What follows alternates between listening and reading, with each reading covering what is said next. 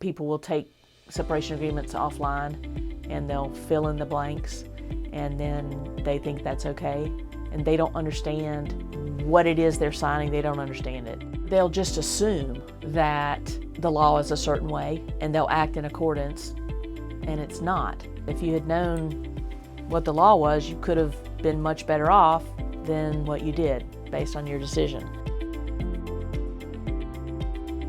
There's a lot of issues in the LGBT community that aren't addressed by laws. So it's really just trying to figure out a workaround solution for those situations, or find the right law that fits the situation.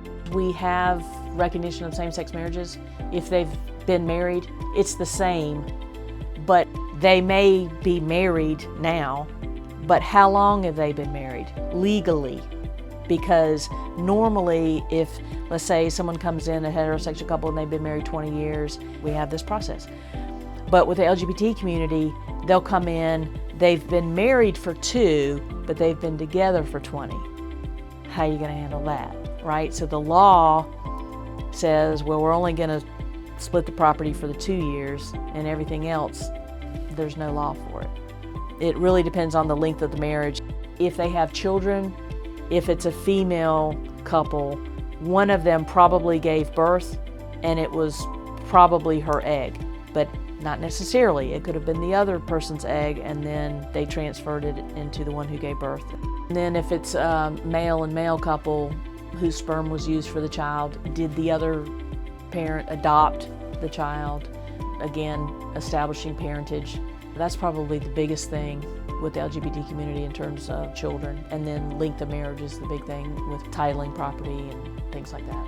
They may have bought property when they were legally married in one state, but then came back to North Carolina, bought property together, but because the marriage wasn't recognized, the title of the property is titled as if they weren't married, and then they go to split up, and it has ramifications. Especially when you're talking about an equitable argument, it makes a huge difference. So you have to know where they are in the evolution of their relationship and what the laws were at that time. There's tons of nuances you gotta pay attention to.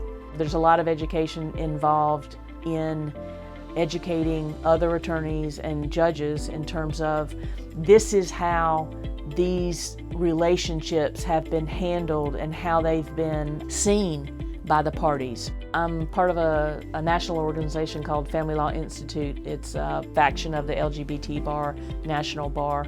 There's CLEs that we go to, there's conferences every year, and just paying attention to what other people are doing across the nation and how they're handling the issues. We'll use that to better construct how we're handling issues here.